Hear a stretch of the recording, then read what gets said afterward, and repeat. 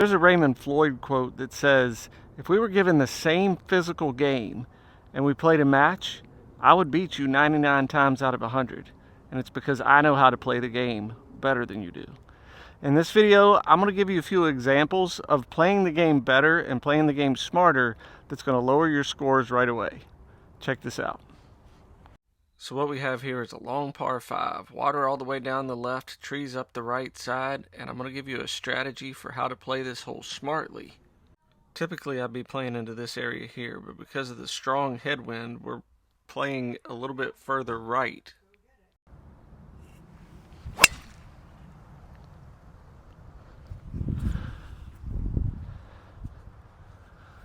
So you can see where I am based on that cart sign there, and what we're trying to do is fly the second waste bunker and get it down into the left side of the fairway so we have a clean look at the hole. This is a long par 5 back into the wind. I hit away from the trouble. I hit away from the water off the tee because the tee shot I just want to get in play. Strategy starts on the second shot because I'm not getting there in 2, but I want to stay away from the bunker on the right side of the fairway. So you don't want to have to be hitting over a bunker to a close pin because that's going to make it tougher to get up and down. So on this shot, I want to hit further up the left side of the fairway so I have a wide open shot into the green. That's taking probably half a shot off the next one's difficulty by getting in the right position where you don't have to worry about getting up and down. You want to get it on the green. That's the most important thing, to get the putter in your hand, because that's a shot you hit the closest most often.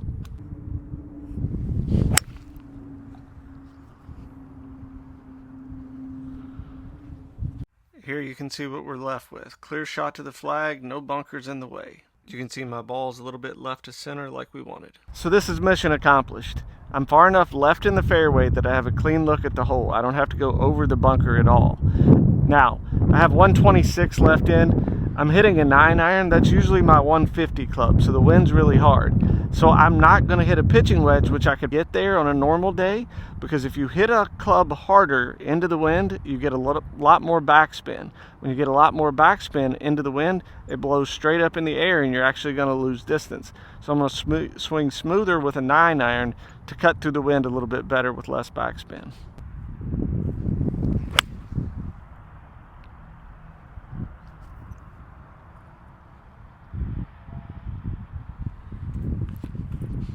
So that worked out exactly the way we want. We don't want to get in any trouble. We don't want to risk getting in trouble. I hit away from the water on the first shot. The second shot, I was just trying to get in position for the approach to the green. I didn't want to come over the bunker where I'd be chipping back toward the water and bring in a bogey or a tough up and down. And then even if I don't make this birdie putt, it's a well-played hole. Here's another situation when played properly, you can easily save some shots. So here's another hole. I've short-sided myself. I'm over to the right side of the green. I have no green to work with, and there's a huge slope up the hill. A lot of people will come out, they'll grab their 60-degree wedge or 58-degree wedge, and they'll try to hit one of those shots you see on TV and throw it way up in the air when they play maybe 3 times a month. It's a really, really tough shot to pull off. So I wouldn't hit that shot, because if you hit it and you leave it short, then it's going to come back down. It's going to stay short of the green, and then you're chipping again. That's not going to help you out. What I would say is hit a lower shot, like a bump and run. The most important thing here is to get it on the green. Once we get it on the green, you have a chance to make par. You have a chance to get up and down. But if you're leaving it short and trying to chip in, that's going to eventually lead to a bogey. So what I'd like for you to do is develop this shot, the bump and run. So this is a 7-iron. I'm going to treat it like a putt. I'm going to get my hands a little bit higher and literally treat it like a putt. Again, the most important thing is to get it on the green and give yourself a putt for par, because that gives you the greatest chance of making the next shot. So look at it. Again, it's just barely under the green, the flag, but I want to get a little bit beyond it. All your weight's going to be on the front foot.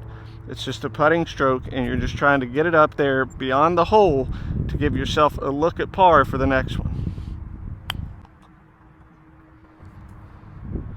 Just like that. So here's a popular one. People will look at this and be like, I have to chip. I have like 15 feet of fairway here, and then the green starts. I have a lot of green to work with, but there's not a lot behind it. And once you get beyond it, it starts going downhill, and then it goes way downhill, and then there's water. So people will get afraid of the water.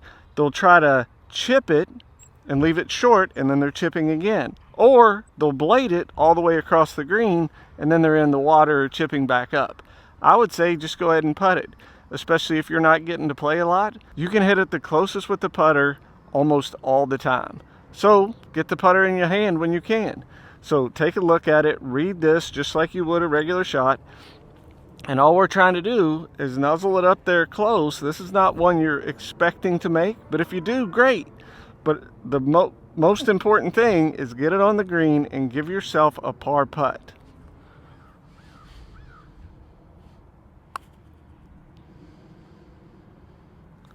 So it wasn't my best effort, but it's still going to be better than a bad chip. Anyway, those are a couple tips. Play safety first if you're trying to make par or if you really need to. Hope that educates your game. I'll talk to you soon.